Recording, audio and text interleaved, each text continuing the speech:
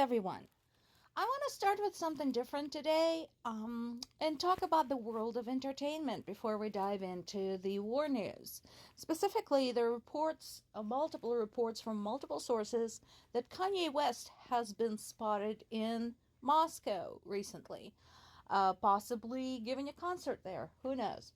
Anyway, my question to Mr. West is this. Why would you go to a country which, aside from the fact that we don't have the best relationship with, aside from the fact that it started one of the biggest wars of the 21st century in recent history, blah, blah, blah, why would you want to go to the country with the known history of racism and mistreatment of people of color? Don't believe me? How about this? And this is a massive report from Amnesty International, shitheads that they are, but apparently they still do some kind of care about racism. And this. And this. And this. So just curious, Mr. West, what the fuck are you doing in Moscow? So back to the news. We're still feeling the ripple effects from the presidential debate, and I actually have written a short piece on my Facebook about it, basically pointing out that we have, on one hand, an 81-year-old chronic stutterer with a cold who nevertheless showed up and did his job. And on the other hand, we have a convicted criminal spewing lies for 2 hours. And somebody's still complaining that Biden did badly.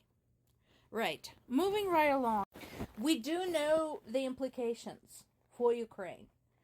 And as I mentioned many times before, when you have a conflict of this size, it is going to be connected with pretty much everything else that is going on in the world, especially among the allies. And at the moment, U.S. is considered Ukraine's ally.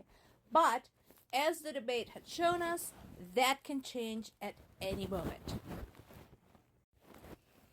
While Trump called Putin's very insincere offer of peace unacceptable, we already know that he has a soft spot for Putin, and that his statement may have just been for show. We already know he is not treating this war seriously. He's treating it like some kind of territorial conflict that just can be settled, without much fuss. And as most analysts are saying, if, God forbid, Trump becomes president, he's gonna very likely pull U.S. out of NATO and pull all the aid to Ukraine. So, I think while Ukraine is watching very carefully U.S. presidential race, one of the impetuses, or impeti, to get the aid in as quickly as possible is also that cutoff point. They don't want to wait until the election. And that totally makes sense. People of Ukraine want to get whatever they can now. So, in case Trump does cut off the aid to Ukraine, at least Ukraine will have gotten something to work with.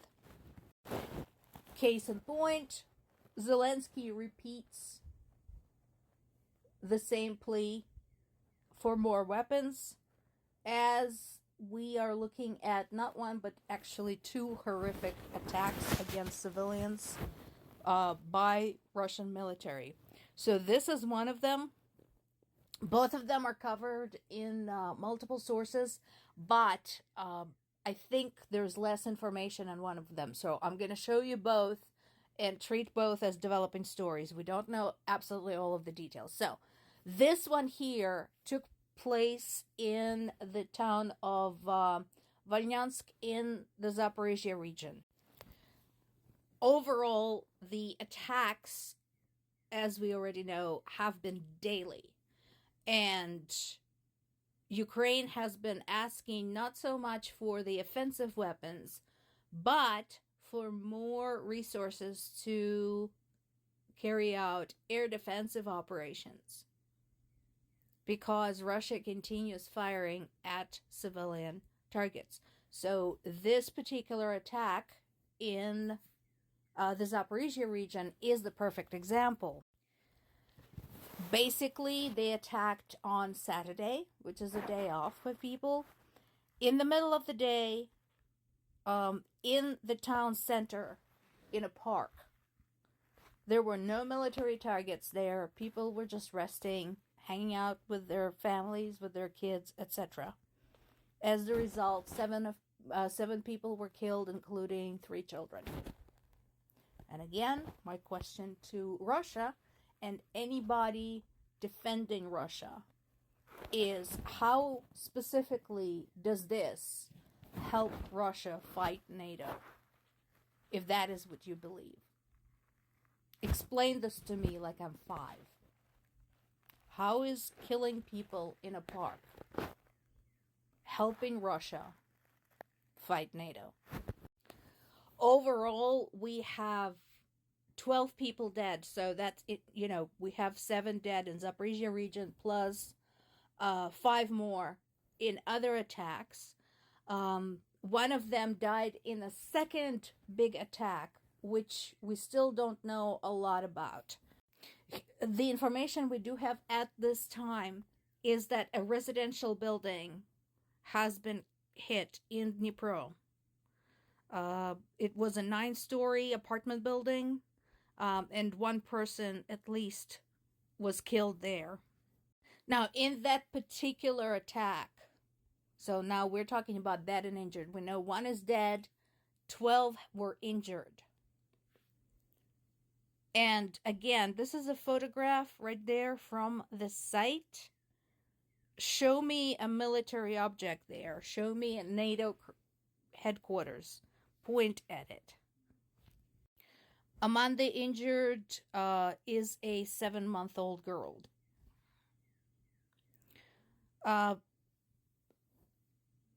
And this is important. Notice second paragraph there. At least 5 people are missing. So it is possible that the death toll and or the number of wounded from this attack will go up, because since they hit a residential building, there might be people trapped under the rubble, or there might be corpses under the rubble. So, as I said, this second attack in Dnipro is still being treated as a developing story, so more to come.